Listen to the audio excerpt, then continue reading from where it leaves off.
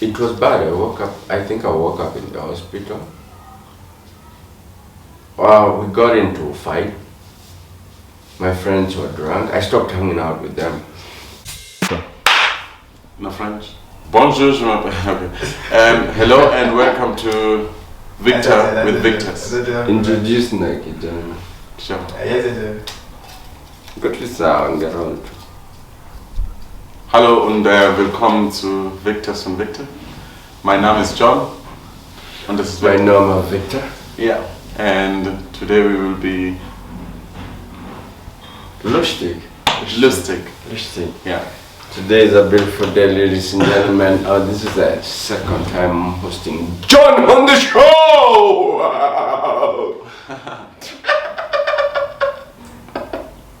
Yeah, your hand is funny. This is the new style. Yeah. Oh, okay. Can try it. I'm out of style.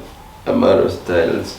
Yeah, but ladies and gentlemen, this is John Owino. If you watched the previous video, we did mindset, and we also did him talking about how he battled racism in Germany and in Holland. Is there racism in Holland? Not really. Okay, Because mostly in Germany, huh? Yeah, because in Holland the Yeah, community. it's very diverse. I've been there, I visited Menu, the world champion. Shout out to Menu for hosting me in Holland. What are some of the beautiful things in Holland? Have you been to the pyramids? They don't have pyramids. No, there's those pyramids that are built in Holland. You don't know about that? Oh, I know something about Holland, and he lives in Holland and he doesn't know. Have you cruised in Holland? Yeah. No, but like not with a cruise ship, with a boat. With a boat? With a small boat. Ah, okay. With who you got from? No, with friends. Oh, why would I cruise in a boat, a small boat with friends? I want to cruise with my baby. But we go affordable and you're affordable. Oh, okay. Yeah. I didn't cruise in a ship. I didn't have time for it, but I wish I did. So you can go on a place. I didn't have money for it either. But there is a cruise boat that you can use as a groups in the area. Yeah. Karibu sana. How is Kenya treating you? Really good, really good. What My are you talking expectations about? already. The food. The food. The food. Talking about the food we have. Mandazi. Mandazis and Uji. Uji. They Yeah, call him we're brother. trying to bring him home. Yeah. You're just gonna drink Uji and people watch you. So today in the show is we're doing a get to know you show. So we have questions that I want to ask John. I have questions here, and John has questions that he'd like to ask me, or he's always longed to ask me. See, yeah. Let us know if you have questions for any of us in the comment section. But today we're just gonna ask questions that we want. Yeah. Brandon, you start. So we just talk. Yeah. So these questions, I can still reverse it to him. If he asks me a questions, I can answer, but I can reverse it. If it's too difficult, you might think my life is open, but it's a bit discreet. So if it's too difficult, I must say pass. Kuna hiyo option? No. I have to answer. It's good to know you, so you have to answer. Okay. Yeah. Twende. None. Like, subscribe of importance, and drop a comment on the comment section. Sawa sawa. Okay, so the first question is what do you value the most in life?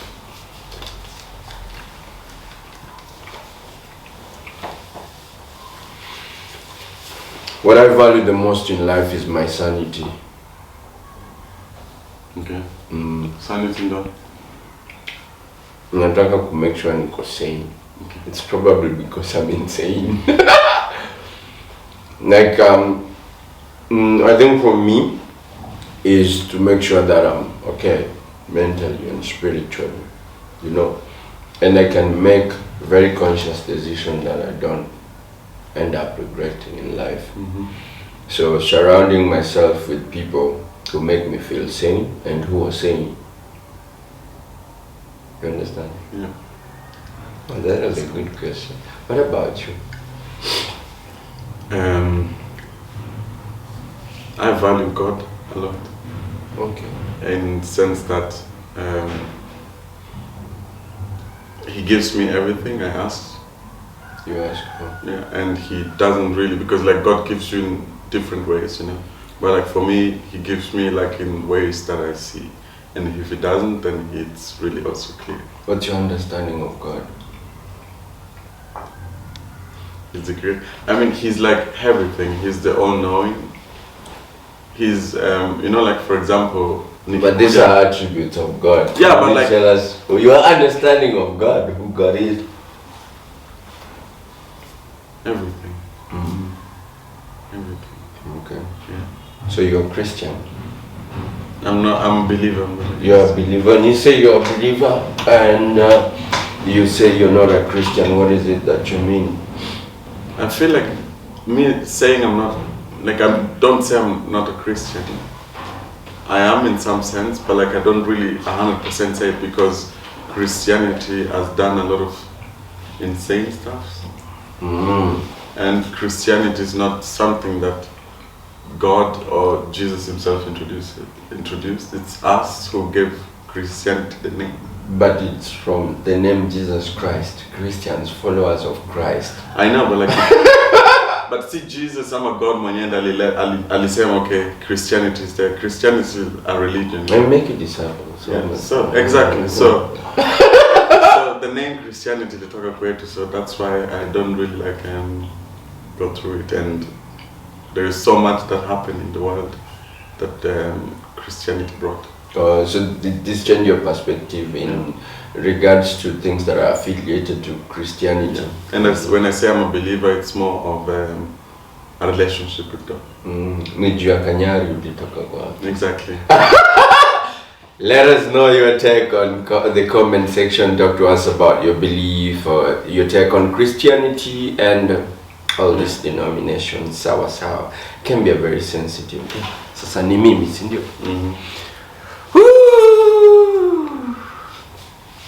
What are your dislikes? On who? On what? Dislikes generally. What is it that you really dislike? It could be one or two things. Yeah, the first thing that I really dislike, that's on me. I really dislike when I know something, when I sin, for example. So like in not just in God's side, but like when I know something is not going to help me, but I still do it. For instance, we say I get to know you. I know. For instance, I couldn't skip.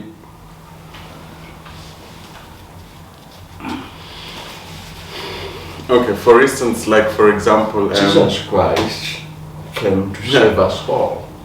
He can forgive you your sins and renew you.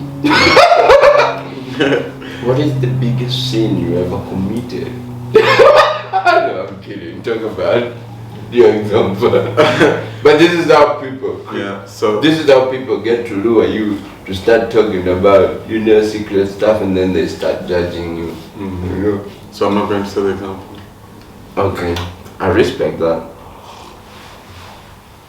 Yeah. And what are your dislikes? Oh,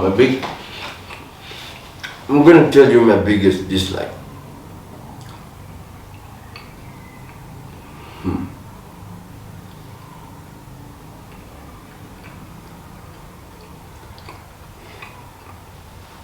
My biggest dislike is negative energy. Yeah. I can't stand it. I agree. I can't stand it. I agree. Makes me sick to the butthole.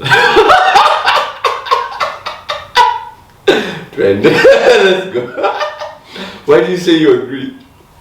Because I also don't like negative. I mean, I like it a bit because I learn from it, but like currents.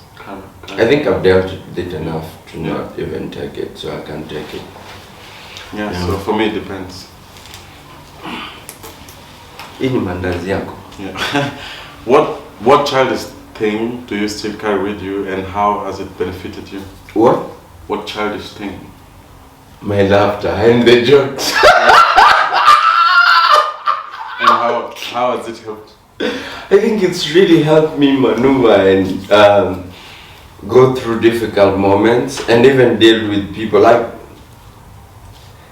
I think laughing, I laugh when I see through people. You know, like when I really see that you're struggling, I crack. And most people when they struggle, they try to point fingers. So I think it makes me laugh to be able to see.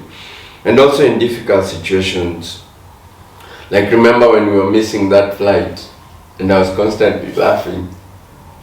It's not like I wasn't stressed, but I think laughter gets, because I get people's emotions. My laugh is contagious. I can't laugh and you won't laugh. Look, I'm not laughing, you won't laugh. And I think also to see people laugh from my laugh is something that I really love. Yeah. And I think it's the most powerful charm that I have. But I don't think that's childish, you know. Most people think laughing like I do is childish. Okay. A lot of people have told me when in conferences, oh, he has a childish laugh.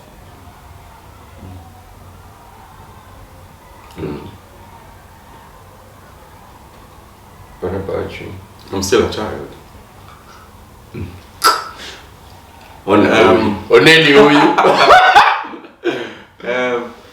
We are still children of our mothers and God. Okay, so the most childish thing, I think it's most of the people who I'm really close to, they often say I'm childish, in a sense of I like doing stuff that children still do. What are those stuff? I don't know, you know, like children don't really know when to like say something, like the timing of saying I'm attention seeker to them. So children like normally seek attention in sense of tukiongea hivi. So why is he ona tunaongea, so wanakuja and then they storm in and then they start doing something or like they talk. So in this sense, and I also laugh a lot and also laugh a lot, and so many people told me like this is kind of childish. But for me it has helped me in the sense of like not taking everything serious or personal. If it makes sense. It makes sense to me that you're childish. I'm kidding, it makes sense. You can't do that on the show. You ready? I am. What has been your scariest moment in life? Ile ulikuwa like, oh my God. I think it's when I was sodomized. Oh man. Yeah. This was so scary. It was really, really scary. I saw my dad somehow, but then God pulled me like. So this was my most scariest one. And the second scariest one was First, I think I have to applaud you for getting to the point of being able to talk about it. I saw it, I read it in the magazine that you did. And I think it's one thing that personally, because I worked with you through that. And I didn't really think you'd get to the point of talking about it, so I never talked about it to anyone except the family that knew about it. But to see you get to this point where you can talk about it and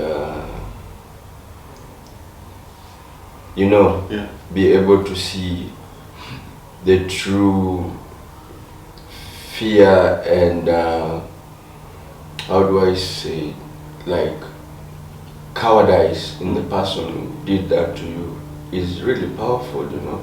And I think this goes to anybody who's gone through rape or sodomy. I'm not just hosting you here because you're my nephew or you're from the program, but I think it's because of the strength. The strength I've seen you carry with you, and that you can pass that to our viewers and be able to be better people. Because it didn't stop you. You are not whining about it. No. Now you talk about it, but you're not using it as a reason to seek for sympathy.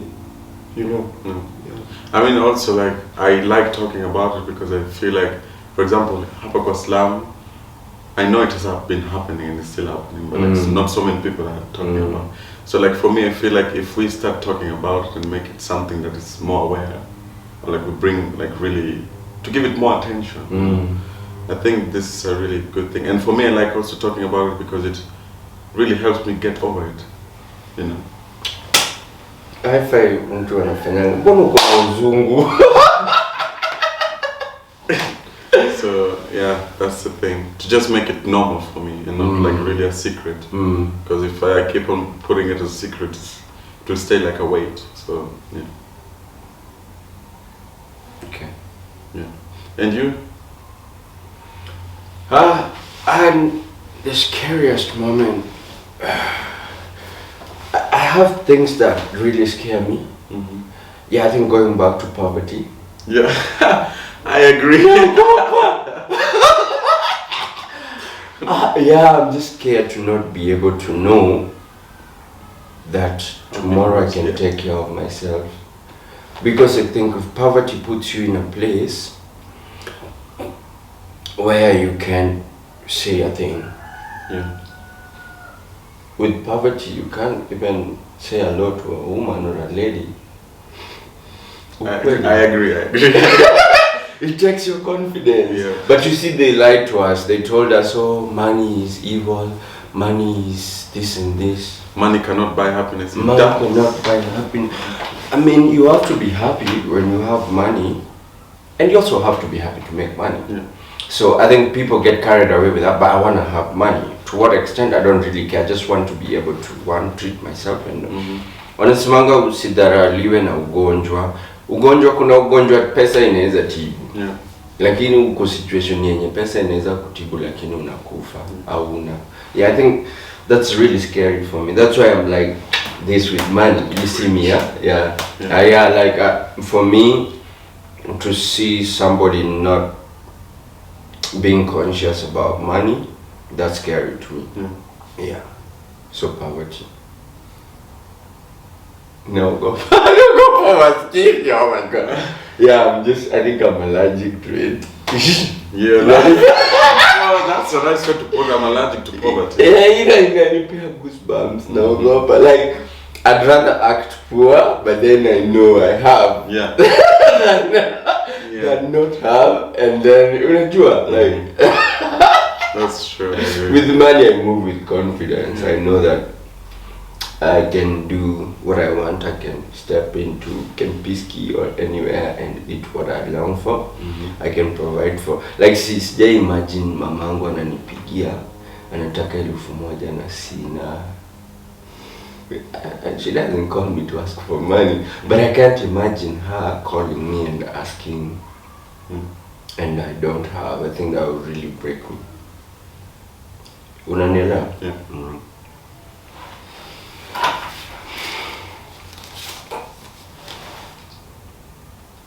Yeah. What is one word that describes what someone will say about you when meeting you for the first time? For the first time, I think you would think I'm an introvert. Yeah. Yeah. Okay. Like, yeah, it's quiet, it's calm. Introvert. But until you know me, then you know I have a devil inside me. Yeah, so most people after knowing me, they think I'm mean. Yeah. What about you? Friendly. Because I intend to smile to people a lot. Yeah, you're social, very open even. Yeah. Yeah. Interesting.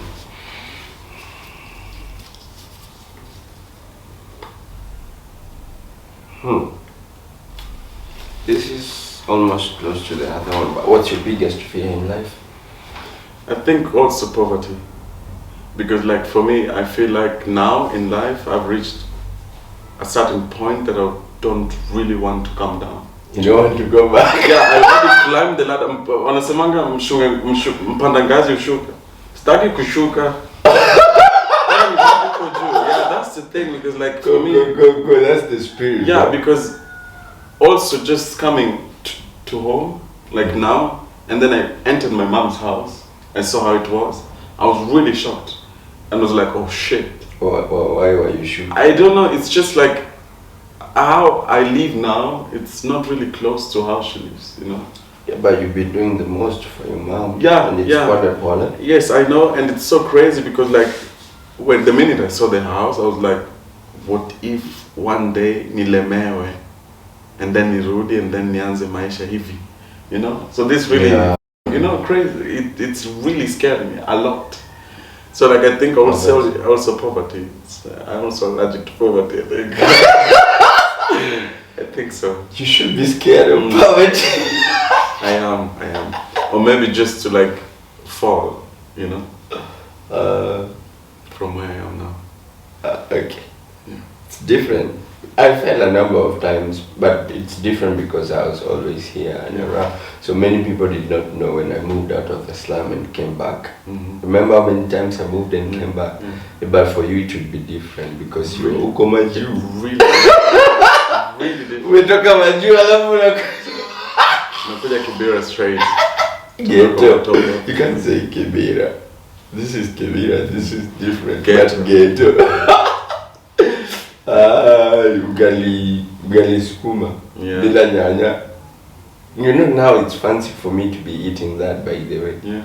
Yeah, I got it from when we were growing up. Ni ile time nilikuwa nafikiria tunasafu, but now I eat ugali sukuma bila nyanya and I think it's nice. Yeah, it's nice. It's nice. Yeah, feel good. Yeah. And you? Yeah, my biggest fear is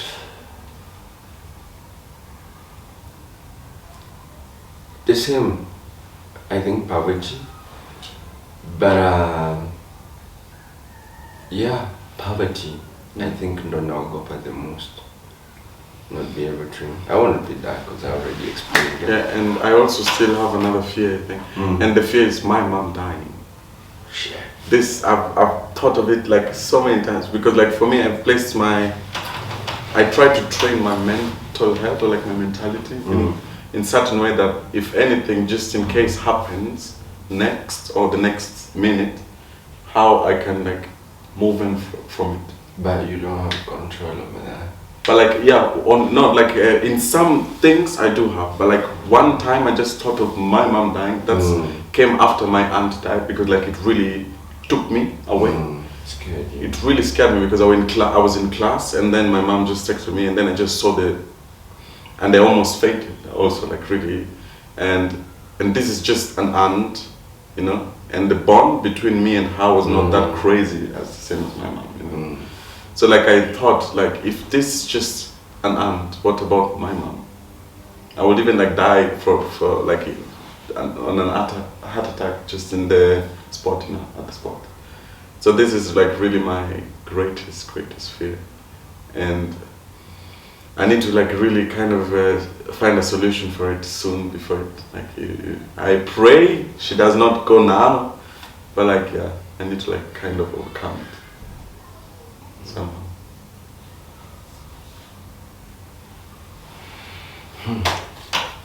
Interesting. Yeah.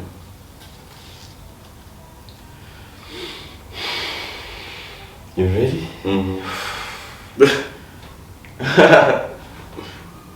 Yeah. When was your first time doing drugs and how did that feel?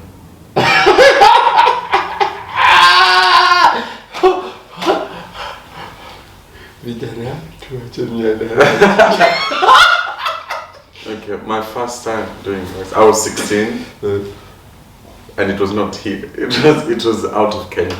It was in Germany. That was the first time. I don't think you did. Did you ever do drugs here? No. Also, the thing is, I like learning from experience. So, ukiniambia hii ni mbaya, I need to like experience. Yeah, you know? It's the same with like kids. Ukiambia mtoto moto ni moto, and then you still touch. Like ukiambia mtoto hii ni moto, they won't understand it until they touch it. You know? Yeah. So that's the same with me. So I did it, and it was not a good experience at first. Okay.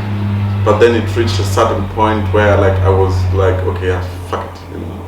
So I tried it again, and then I was like, no, What it's do you not mean fun. it wasn't a good experience? Like, I'm gonna finish the mandazi if you're not careful. as in mtoto akishika moto for the first time, it's not a good experience, you know. But then I don't know. At some point, for me, I can play with, like, you know, when a candle's there, I would just like do this, and it's kind of like fun Because you have control over it. Yeah. Yeah. So my first experience was like, yeah, this thing is like, my body was not familiar with it. So it gave me like kind of consequences. And for my second time, I did it because of peer pressure. And I was scared because I was like, yeah, okay, what if I did it for the first time? And then what if I do it for the second time? And then the third time will still come, and then like this until I get addicted, you know? So my first time is when I was 16. And it was also because of peer pressure. Yeah. Interesting. Yeah, but you won't ask. I won't ask. Why aren't you asking? Because I know you might have done it. I mean, you are a grown up, That? you know yourself. But you can ask for my experience.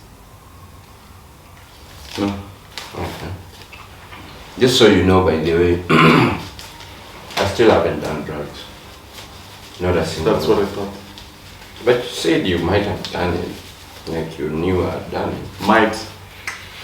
Yeah, a lot of people think I drink or do one. And some people I make them feel like, yeah, I drink. So then they can feel good about themselves. But I don't. I haven't done drugs. It's still a conscious decision. I say I might never. I can't say I will never, but I haven't done it. I don't see myself doing it anytime soon. So, That's good. but I've been drugged. You have? Yeah, In the hospital? big club. Oh no. Yeah. How was it?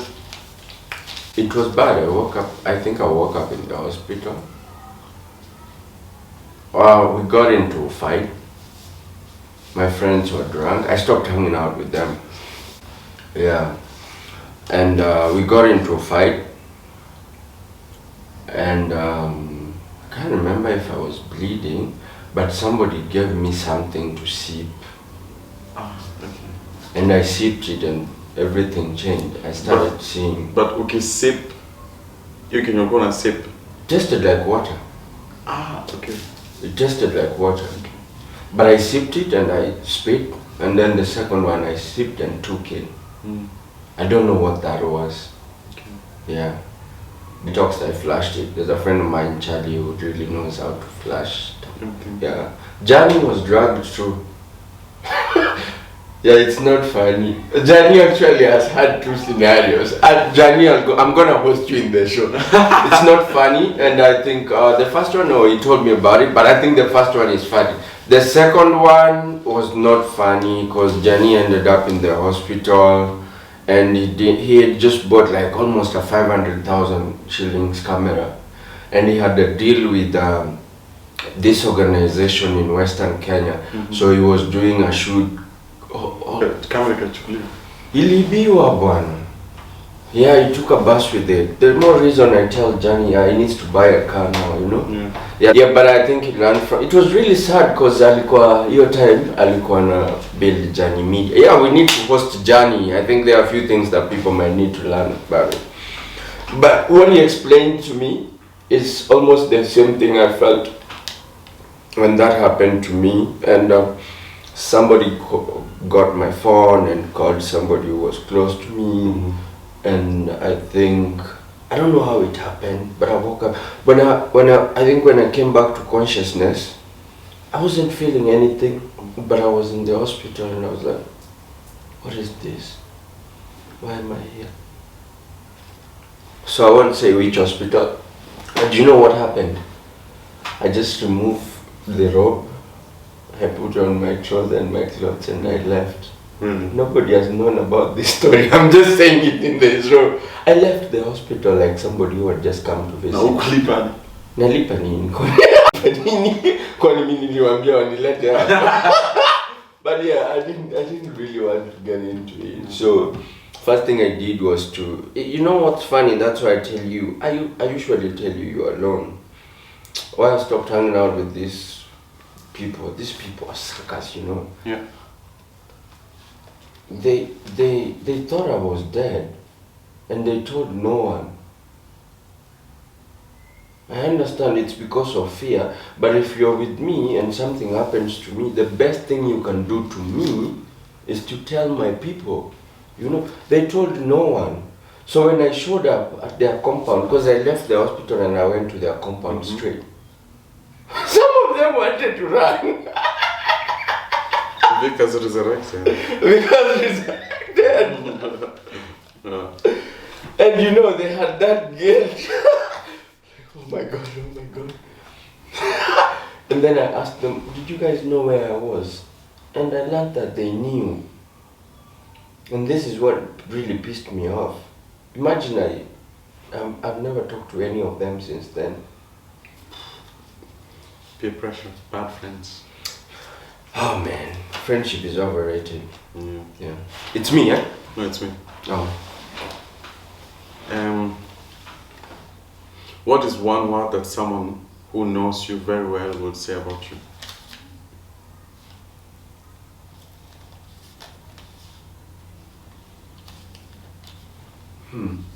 That's an interesting question. Someone who knows me very well. My mom? I think she would say I'm fragile. Okay. You want me to explain? Yeah. I think my mom knows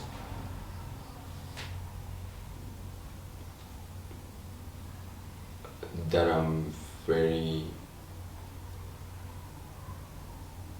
very fragile. Most people think I'm very strong, but I'm very fragile. Fragile in the sense that if I break, I break. And if I break, I destroy and cut everything around me. You understand? Fragile in a very delicate way. Now I have control over a lot of things, but fragile in a way that, you remember when I was young, I used to really fight easily. Yeah. Fragile in the sense that if I trust and believe in you, and you betray me, I can destroy you. I'm serious about this. I understand. Yeah, I can get rid of you, or I can like in the sense of I can just get rid of you in my life, or I can really face you and really destroy you, to destroy myself. You know what I mean? Yeah. What is it that someone who knows you well would say?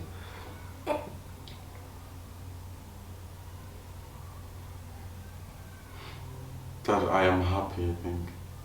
And who would say that? My classmates. They are very close to you. Yeah. Because like... But is this in relation to being in a Dutch country, or is it... Just to like have a new environment that kind of gets you. And it's like we are... Do you think compared to Dutch people, Kenyans are happy people? I would say yes. Yeah. So I think that makes you stand out, you know, like, yeah. Like also... Not all Kenyans, but most of us Yeah. usually are happy. Yeah, and also like in the sense of, you know, in my class we're not just like we're not from one nationality, we're like, you know, so this is like we are different cultures and everything, so we get to know people. And for me, like my class knows that I really struggle a lot, but I smile a lot. Like I'm really happy when I'm in school, you know. Positivity. Yeah, exactly. Like just it's like a flower being. Attitude of gratitude. Yeah, exactly. You don't fall in the moment. Yeah. Or you live for the moment. Yeah. That's good. That's good. Stay happy, bro. Thank you. It's the best gift you can give yourself. What's your biggest achievement? Well, the biggest achievement of mine is me reaching where I reached now. I think, like, Where are you now? like the point of life that I am learning a lot by myself. I think, and also like I'm getting to. I went away from home so young, 16, you know. You are young. Yeah, exactly. And then like entering a new environment, learning this, learning that, everything, you know, like new, till now. And all of this like a kind of a bit led myself there also. And this, I think, is a really nice achievement. And I led myself there till now. I haven't fallen. And this is a great achievement. You are young but grounded. Yeah. Yeah, that's a different thing. Because I don't think if you weren't grounded, I don't think you'd be at home right now. You go umepotea.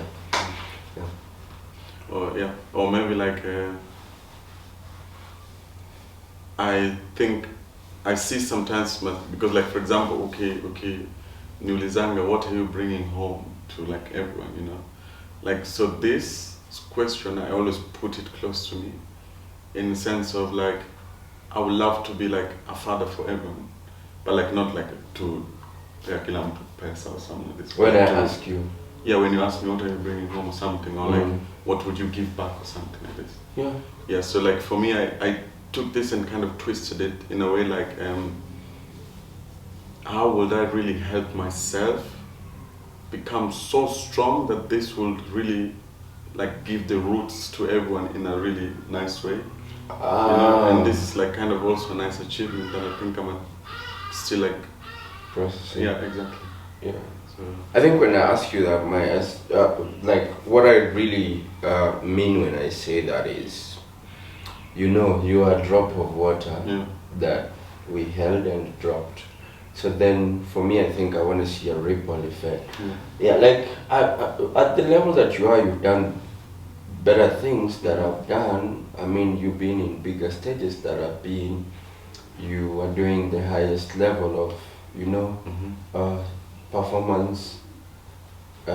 You are doing bachelor's. I never did bachelor's in performance arts. You understand? Yeah. So I think that for me is satisfying. And when I say what are you bringing home is, for me, I think expectations that I have on you is to have that ripple effect. Yeah. The same, like, yeah, you know how when you drop an ink in water, it spreads. Yeah, for me, with everything that you've been able to do at your age and what you're doing right now, I feel like you're going to have, people think I have an impact to the community. I feel like you're going to have a bigger impact, and that's always what I want you to see, like when I see what are you going to do. Like, I was happy the other day when you went to give to the program, and I hope you had a chat with them. I wasn't there, but I think what happens is the 30 plus kids in the program see you and you give them hope. Yeah. They're like, oh, John, he was from this program and now he's so we can you understand what I mean? Yeah, I understand. Yeah. Nice man. What ni mimi ndo nimeuliza ama nimewe? Mimi ndo nimekuuliza the biggest achievement. And what is your biggest achievement, by the way? My biggest achievement is there are two achievements. Of course, the first biggest achievement that makes me happy and content is building my mama house.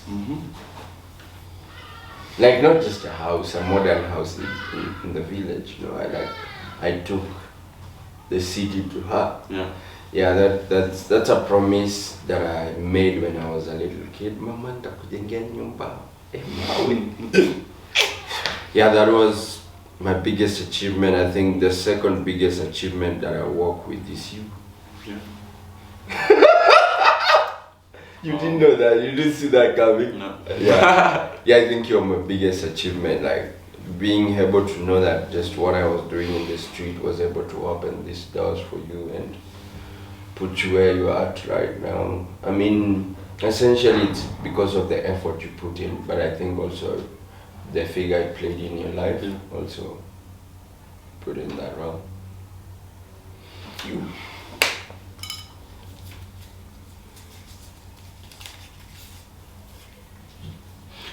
How do you define a friend or a family? That's a good question. I don't look at people as friends. Most people I work with, and this is a journey that I have either family or acquaintances, people I just know. Yeah, friendship for me, the definition of friendship, it's been really a long, like right now I have a few friends. I have a few, I don't really look at them as friends, but family. Like John, Salim, Babu, those are my family. And then I have the immediate family that I consider family. But really friends, no. Acquaintances, yes. So who do I consider a family? Family is somebody who understands me. When we agree to do something, you do it as agreed. You understand? And they can take my bullshit and still be able to keep up with me. Yeah, because I come with flaws. As a package, I come with flaws and a lot of mistakes. And for me, family is somebody who's able to call me out when they see the bullshit. You understand? Like, be honest with me and tell me 1, 2, 3. The idea of friends, I don't really know, because I don't really subscribe to the idea of friends or friendship. But acquaintances are people that I look at, and they can be yes people. They are people that I see, and whether they're doing good or bad, I would not want to be involved with them. Like, I just put them aside. So it's like I can brush you off. I can say hello, and you say your stuff, and I can, wow, nice to meet you.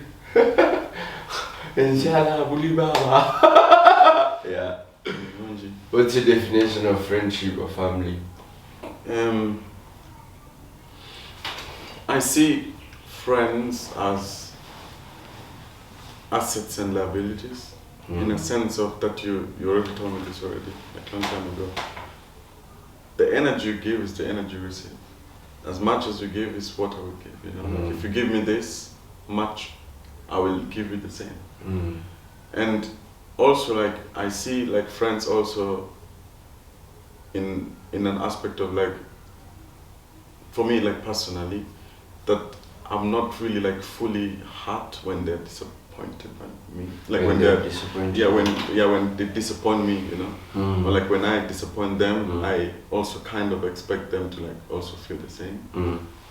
But as a family is, for example, my current class now, is that you really understand someone in a sense of being that person, almost like twin, you know.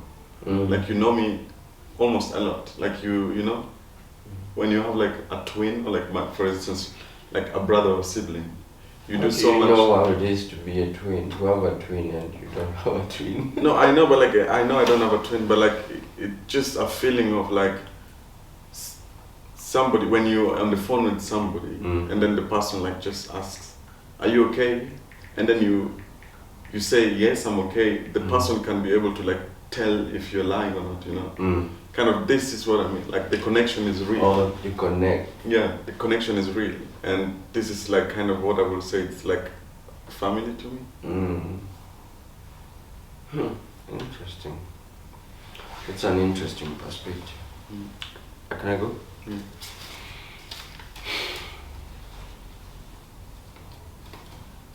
You might not want to disclose this, but what is the most amount of money you've had in your bank account and you're like, damn!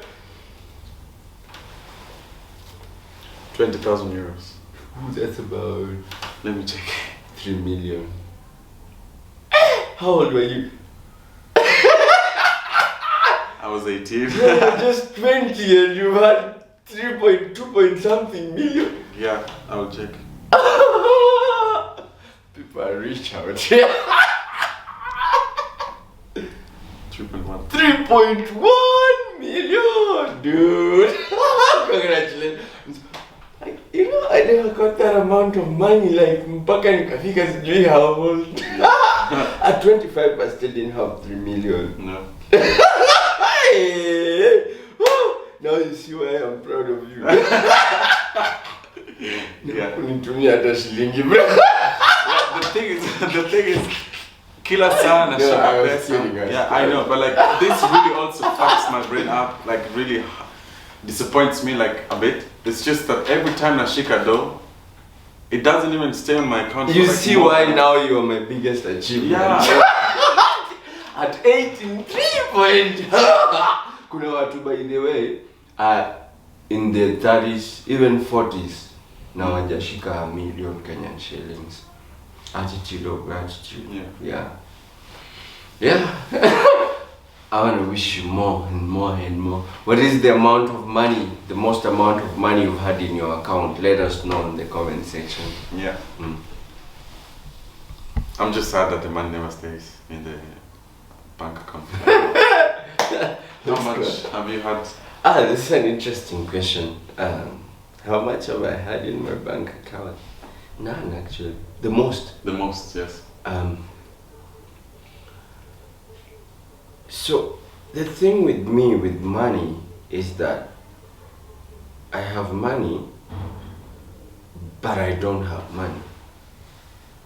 One thing that I really learned, I don't know how I learned it.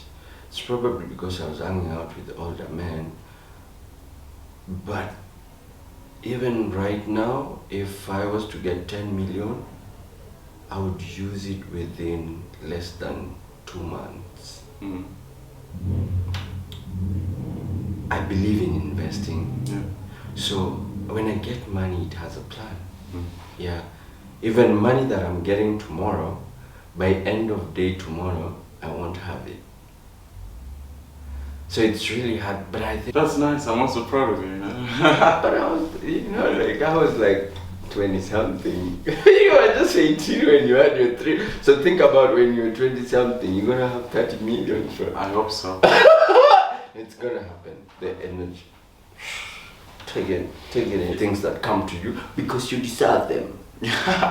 Yes, true. Yeah, you're a good person. You deserve everything that comes to you. Thank you. Yeah. It's me. How is your relationship with God?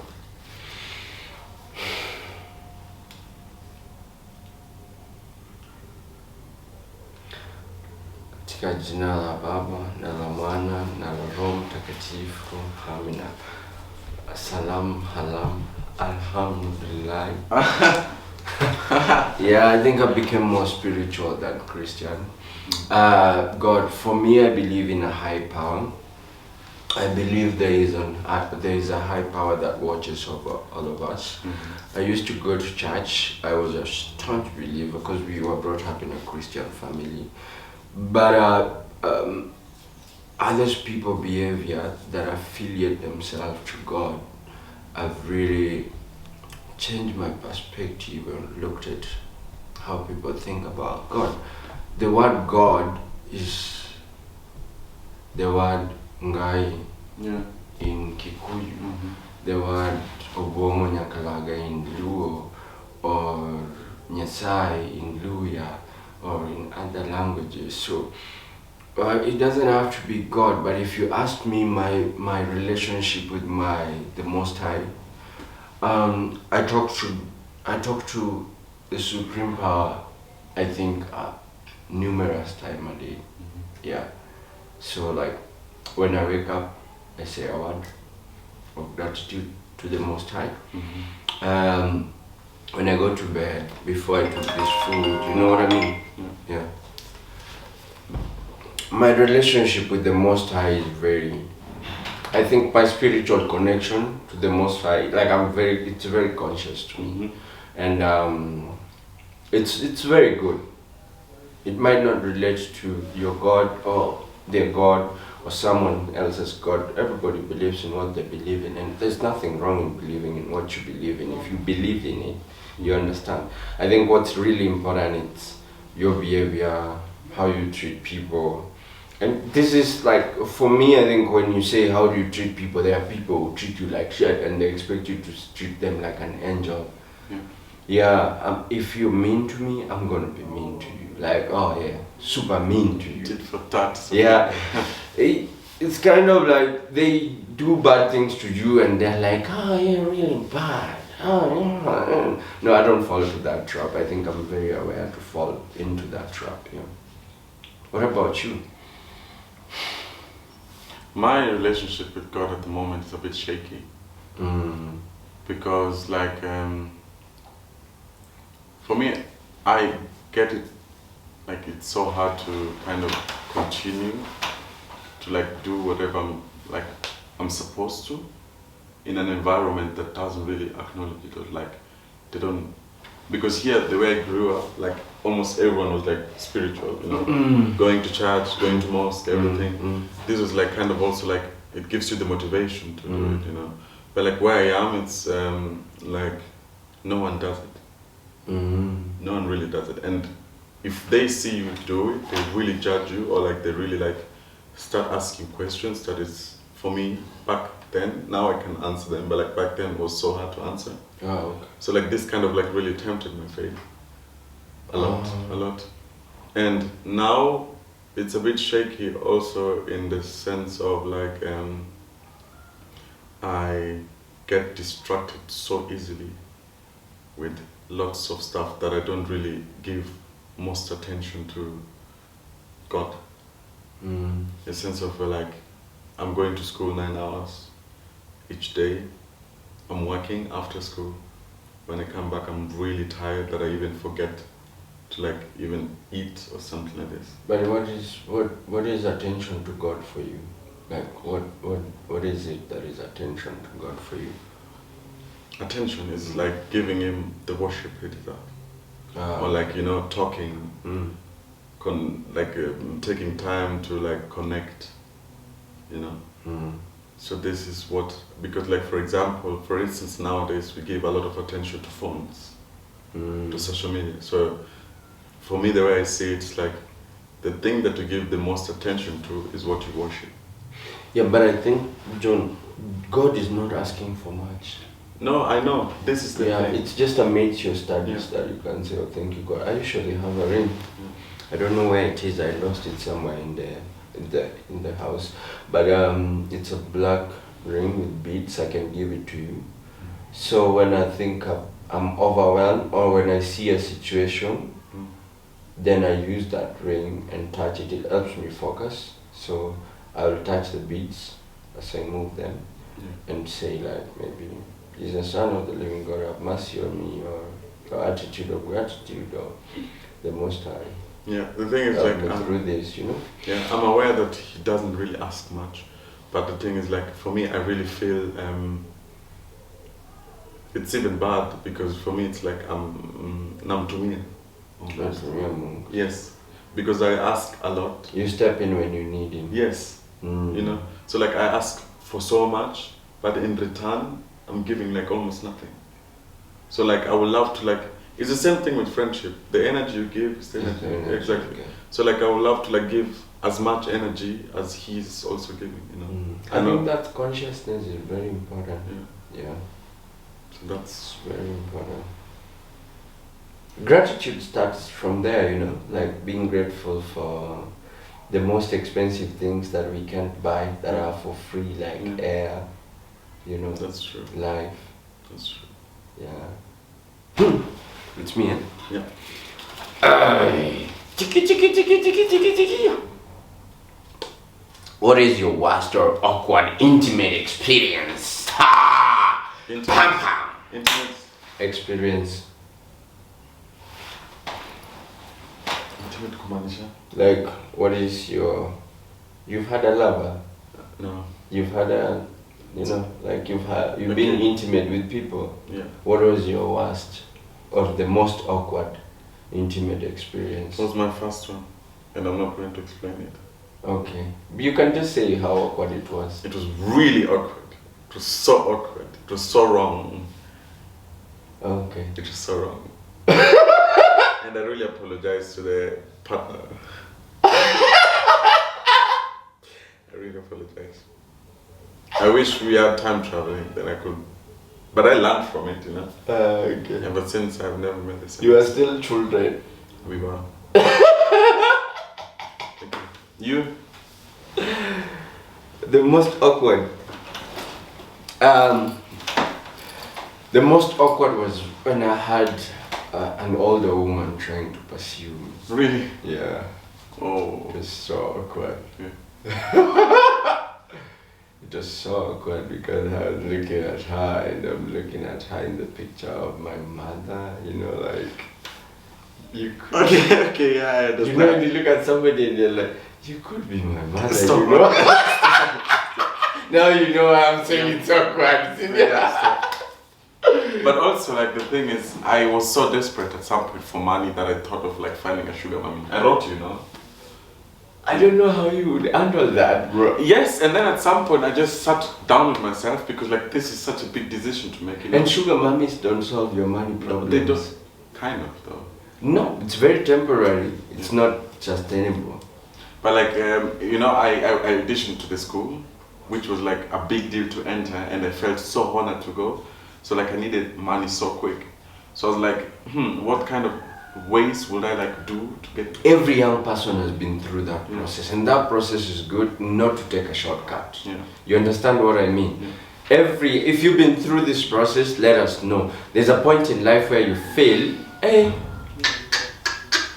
I need sugar daddy, I need sugar mommy, and most of us are guilty of this, especially if you're from, even I know people who are from rich families and they are guilty of this, you know.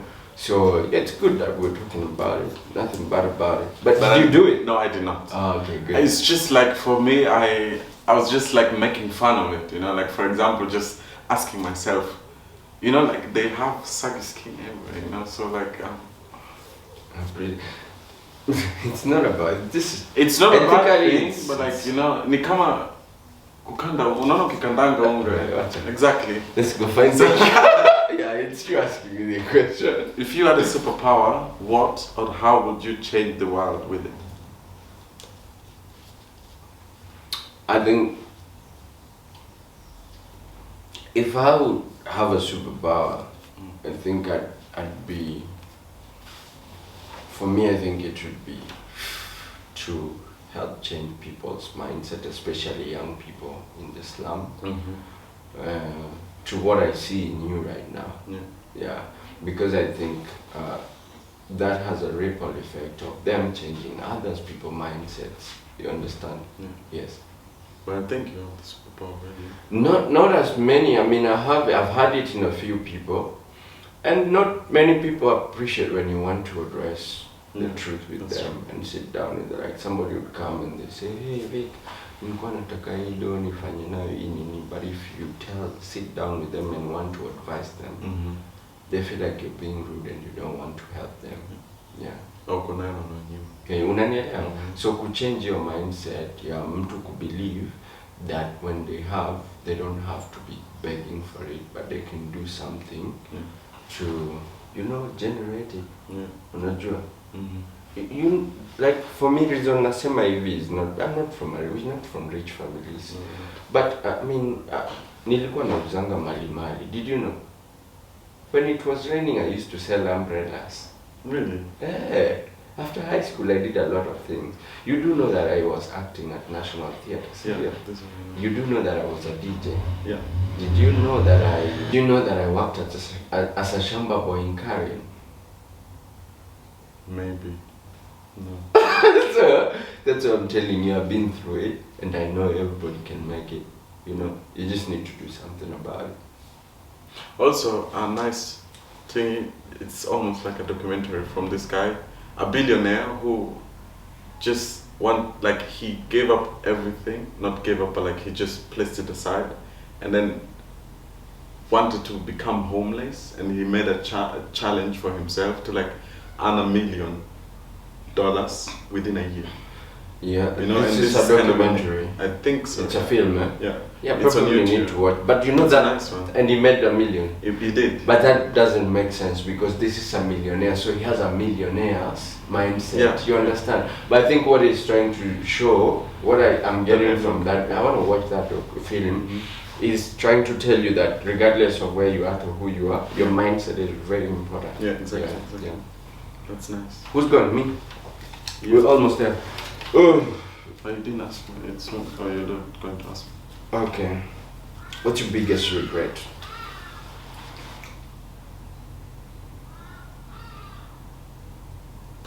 It's hard to think about that now.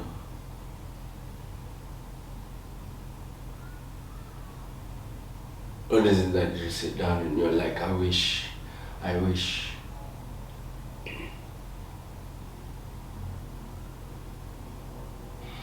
don't know yet. It's just maybe my biggest, okay, so the thing that I kind of regret, not fully, but like really a bit. It's saying no to Sven most of the time, or like kind of not really understanding it, whatever he wanted me to grasp. You said no to him? Not no, but like kind of no, but in an action way, in actions, you know. Because like for example, ukituambianga hapa sijui train, and then you know we didn't know grasp exactly. So that's the same thing with him, because after going away, things came like in my life, and I was like, yeah, okay, I was warned about this. I was warned about this. He told me to try to do this, but then I did not really do it, you know. So like that's kind of when I was like, oh shit, I wish I started like earlier. Then now at least I could like even get stronger, you know. It wouldn't be the same. But I think it's good that now you have that, because if you said yes to it and did it, you wouldn't have learned. Yeah, also. Yeah. No, yeah, that's true. But like the biggest regret, I don't really know yet. I think I have one, but I may forget. Okay. Think about it, no problem. You? I don't have regrets, I have lessons. I think every decision I made was out of sobriety. So all I carry with me is lessons. Yeah. There are wrong things that I've done, but you know, there are people that I wish I never met, but they're also a lesson to me. Yeah. You know, and I don't really regret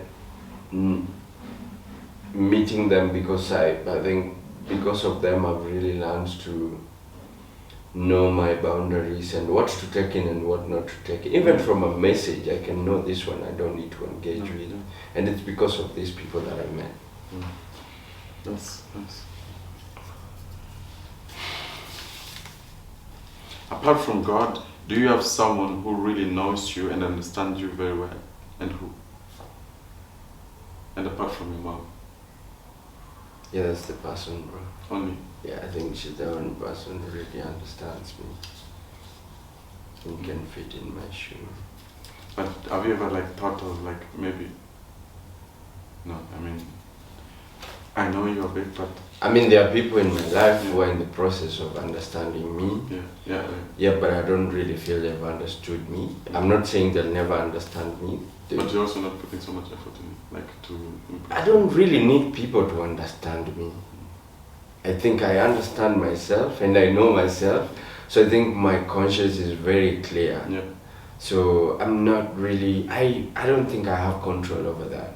Like, I'm not, it's good if somebody understands you, but it's not something I'm gripping on to want people to understand this. Yeah. And you? Apart from God. Yeah, I recently like, you know, the definition of friend actually came this year. Yeah. And then, so that's when I realized who is really like there to help me and who is just there to like really drag me down. So like this year I met a friend, no, last year actually, she's from Dominica. And she's going through a lot, and I'm also like kind of struggling, so we're both struggling. But like when we meet to talk, we kind of meet. Like, you know, you understand. It's like two therapists kind of speaking, or two doctors trying to, I don't know. But that's crazy. I don't know, it's just like, it's like two people in the same situation. Yeah, exactly. So understand each other. And we listen, it's like, there's compassion, it's nice, really exactly, presence and stuff like that. Yeah, and it's like we're true to each other, and this is nice. And her name is KJ, Kinaje. Shout out to Kinaje. Dominican Republic representing. No, it's not Dominican Republic, it's Dominica. Dominica representing. Yeah, so that's a person to hold on to, you know. Yeah, I would love to like really do it. And like she's also like, I think one of the person that I would really cry in front of, because I'm not really a cry person, but like when we talk, I feel like it's like you're deloading yourself. Yeah, it's nice. It's nice. Oh. No, I think that's nice. Yeah, that's good. I think it's good to cry. I told you this, you know. We grew up and they were telling us, don't cry. Don't cry. Don't cry. Yeah, but I think now you know it's good to cry. Yeah. Good, it's me, yeah?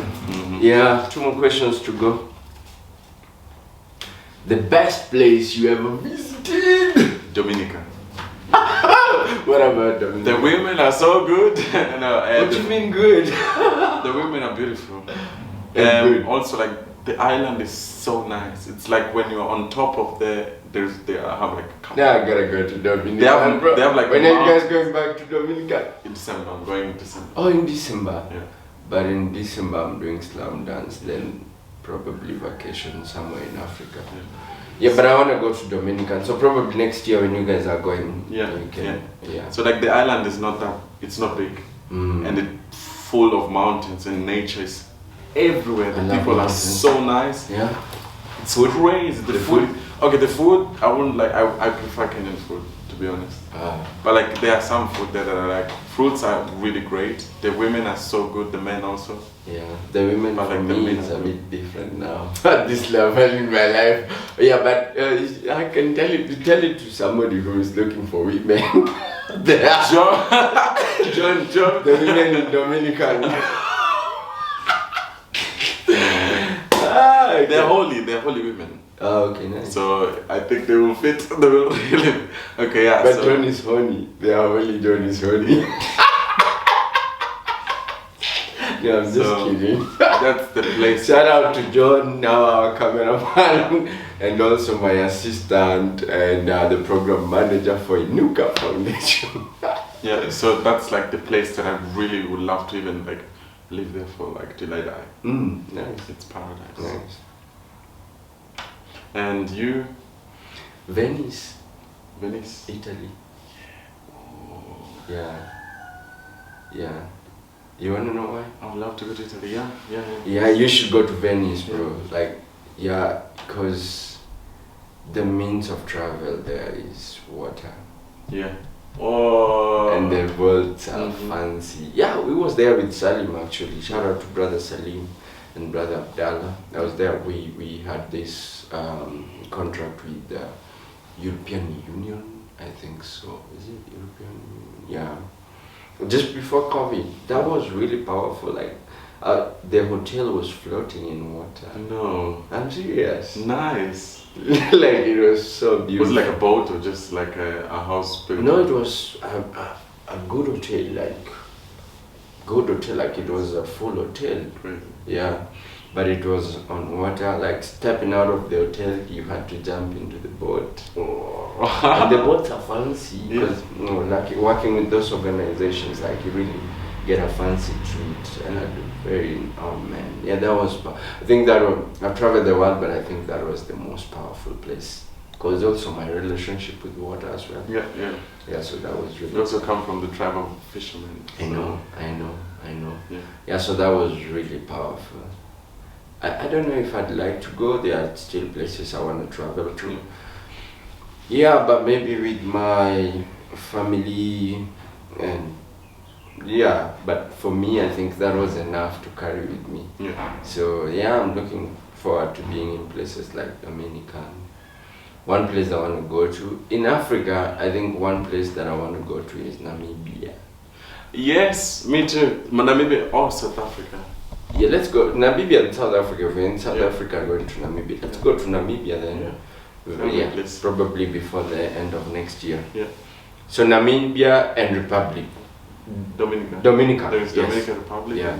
Yeah, Dominican. Yeah. Okay, so that's to do together, eh? Yes. Family vacation. Let's go. That will be nice. Looking back, how would you motivate your young self?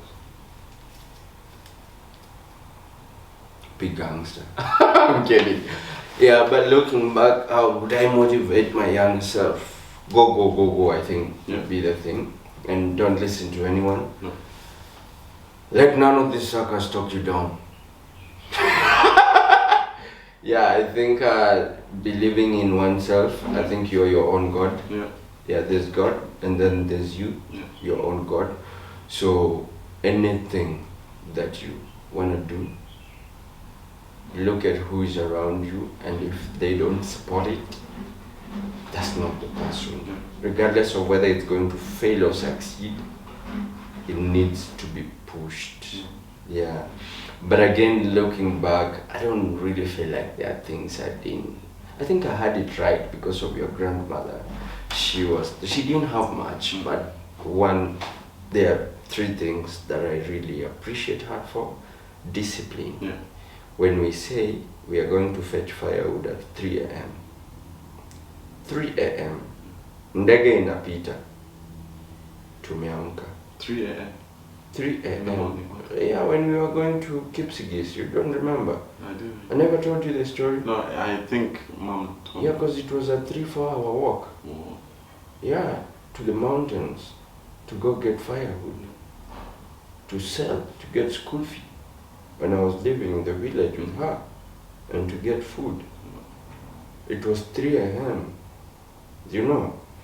And when we said church was at 8 a.m., 8 a.m. You were ready when she was locking her door. Yeah. So that's discipline. You understand what I mean? Yeah. Yeah. When she said dinner should be ready by 7, by 7:10 you're on the table studying, she meant it. Yeah. And if dinner was not ready by 7:10, you are going to eat. You are going to study without food. Yeah. You understand what I mean? So that's one thing that I learned from her that I'm really struggling with a lot of people. The other thing is to be honest and be straightforward with people. Know when to say no. Yeah. The assertiveness of saying no. When you tell somebody no, it's a no, and they need to take it as a statement saying no. Yeah, that's the second thing I got from her. The third, do you want to know the third thing? Yeah.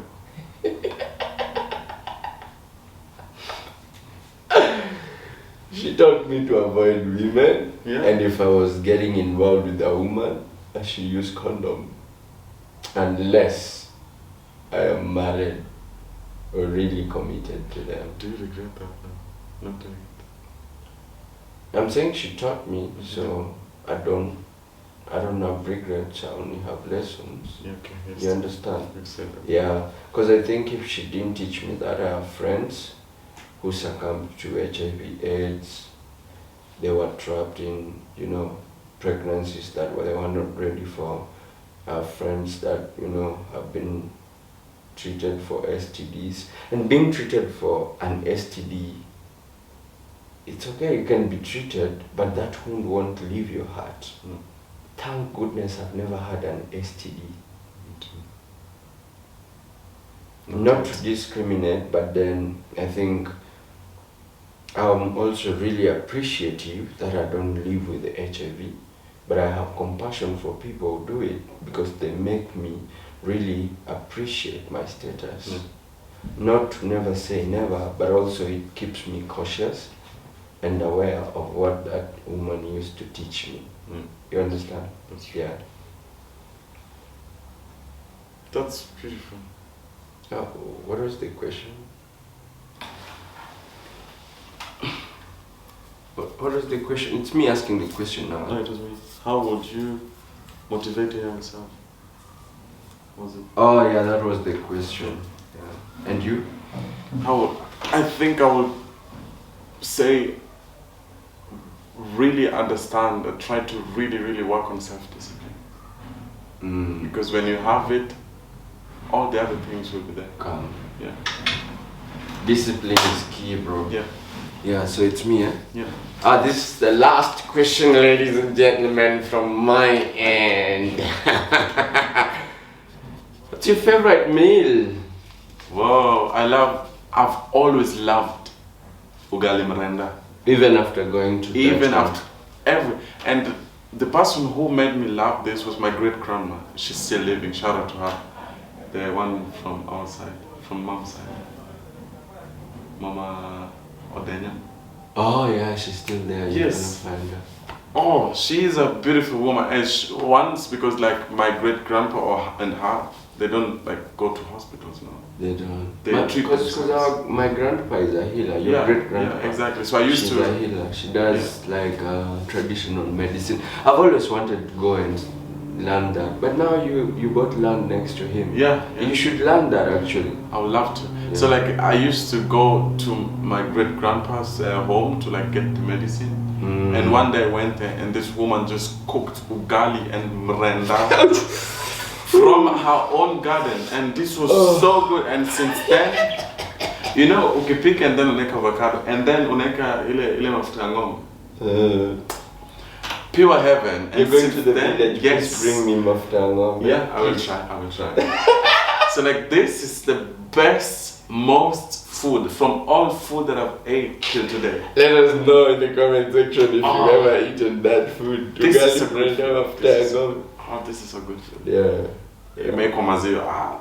Everything is so good. It's so good. It's so good. What about you? Ugali man. Yeah? Yeah. This is also nice. All day, every day. Yeah. I used to be good at cooking. Yeah, but I have a thing now for tortilla soup. Tortillas? Yeah, tortilla soup.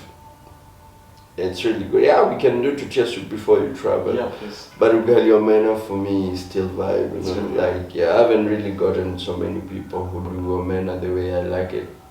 But once in a while, like we probably forgot. I can cook one day. Yeah, I know. Like, I'm saying, after you and Shosh, I don't really have as many people cooking omena. And John does it.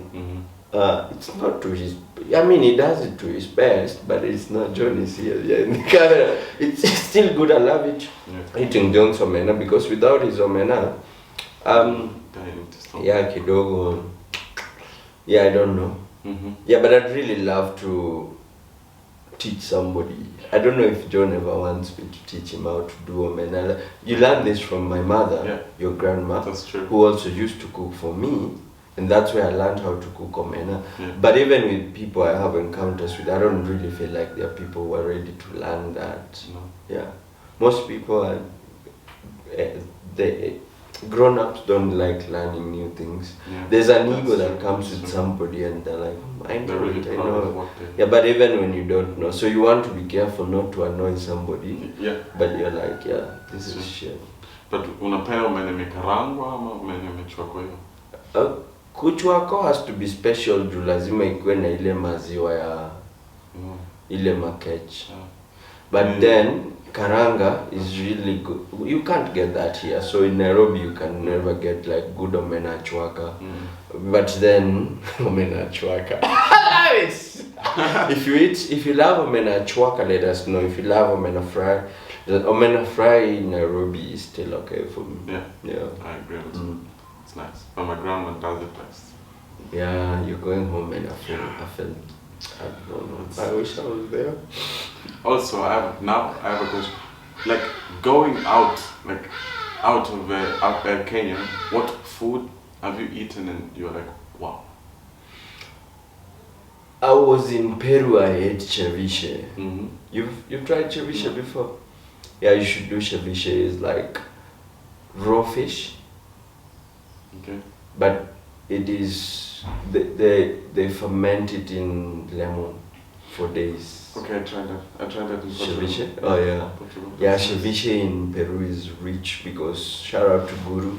I was staying with Guru, my colleague and also Salim's business partner. And he just lived back. It's a walk from the ocean, so they get fish from the ocean. And so their ceviche, you get it fresh. I have a video eating ceviche on our YouTube channel, actually. Yeah, ceviche is one of the things, and you get it, and it's very rich. Inaingia kwa mwili yako, unasikia inatoka. Oh yeah, you know the feeling, yeah? Yeah, ceviche. For me, German food, not really. Wajero wana chakula. No. Yeah. Sorry Germans, but come to Africa. They have this food called Linsenspätzle. This is like dengu made spaghetti na kind of. But it's still nice. It's nice. But nice. Yeah. It's good. From Dutch, I like kapsalon, but kapsa ni kebab but imewekwa kwa to bowl. So you have like fries, meat, kebab meat, and then cheese salad. It's nice, but the most food that I've eaten, I was like, wow, it's Chinese food. Like I went to this Chinese restaurant where they have like all you can eat. Yeah, in Holland or in Germany. in Germany. All you can eat. It's just like a buffet restaurant. You pay amount of money and then you can eat anything. Anything. Okay. And there was like this long buffet that goes like this with ice cream, everything, and this was wow for me. It's nice Chinese. But you can only go one round. No. Hello. You can eat as much as you want. Oh, in the US, I think you can go one round. So Yeah. You have a. Oh, I have one last question, ladies and gentlemen. Yes. My question was, how much would it impact you, negative or positive, when your mother dies? Hey. That's heavy.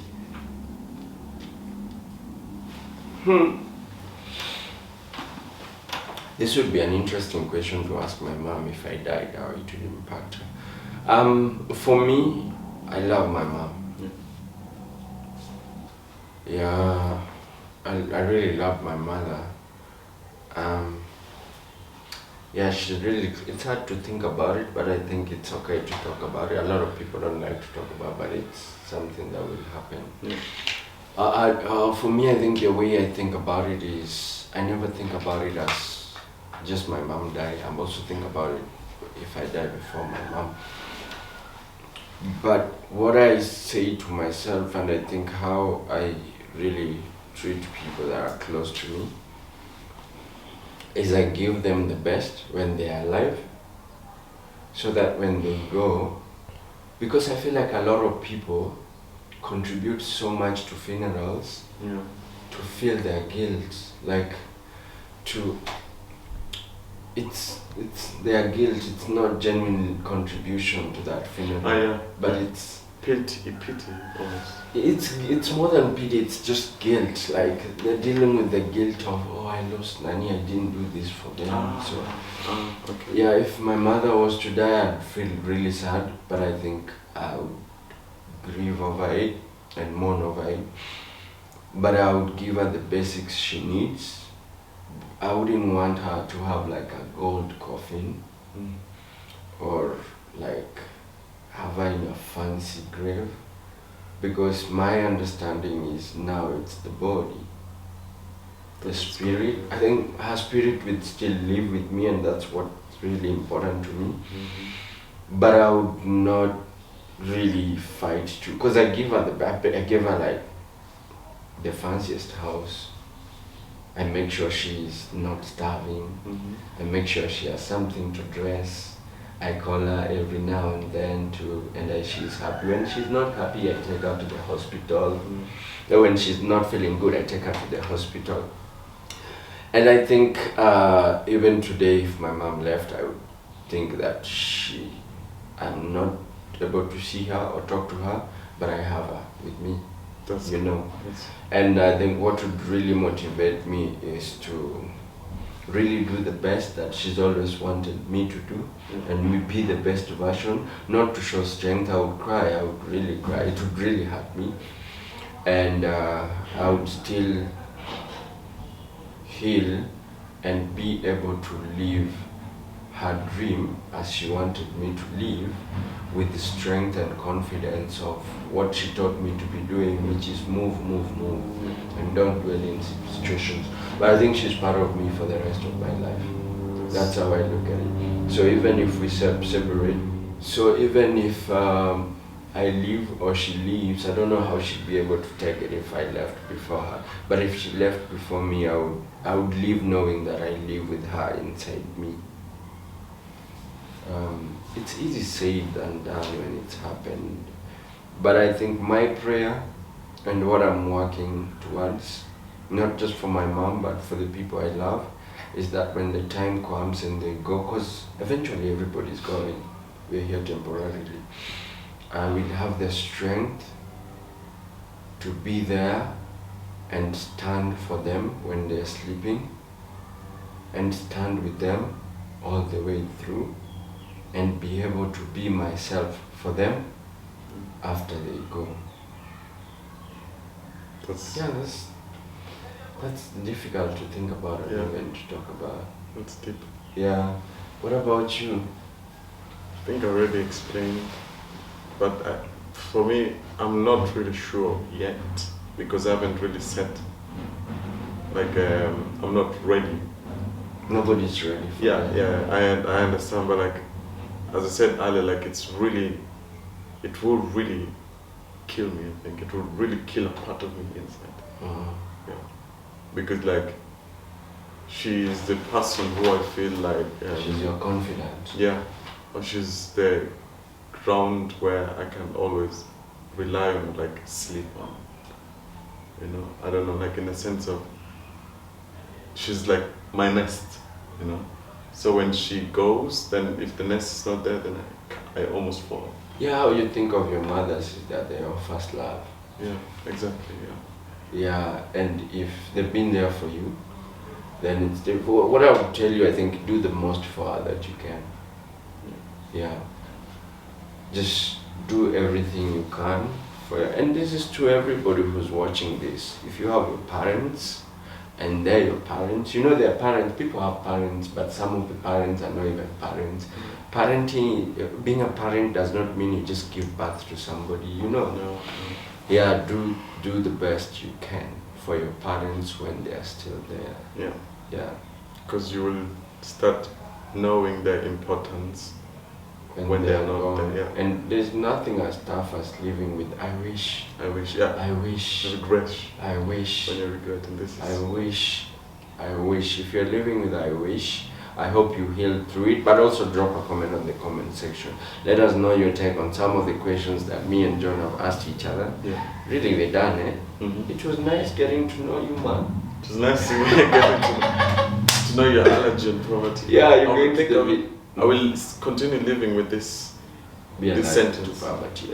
Be allergic to poverty. It's not a good thing. There's nothing good in poverty, to be honest. Yeah. Congratulations. Thank you. You got land for your family and you're going to build. Yeah. Yeah, I want to wish you all the best, man. I really love seeing you doing this. Yeah, there was, you know, that's commendable at your age. A lot of people have not been able to be in this position. What I want you to, because you know when we were growing up, we were not taking ownership of the things we do. So I think I want you to appreciate yourself for doing what you do and be confident in saying that, yes, I did this, so you can be able to do the next. People say, oh, you're too proud. No, it's not pride. It's appreciating yourself. Yeah. You understand? Yeah, you are you are. I am that I am. But also, I don't know, is pride really a negative thing? Depends on how you look at it. If you use your pride to belittle people, then it's not a good thing, you know. Yeah, but I think pride to show people what's good and how to grow is not a bad thing. I'm proud of who I am. I'm proud of who you are. I don't think it's a bad thing. Yeah. Any closing words? Thanks for watching, and thanks for, like, if you watch the video till now. Say it in German. Wenn ihr die Video bis jetzt angeschaut haben, ich danke euch. Danke. Danke sehr. Danke. Thank you guys for watching, and thank you for subscribing to Victor's with Victor, and thank you for being in the show for the second time. I hope to host you again before you fly out. Yeah, so hope so. This is fun actually. This is fun, you love it? It's really fun. I'm glad you love it, that's why I started, so we can have fun. And it's really fun. Yeah. Also let us know if you have a story and you'd like to be hosted at Victor's with Victor. We are happy to host you. Shout out to our cameraman and our director, Johnny Mapesa. Sapakaparais.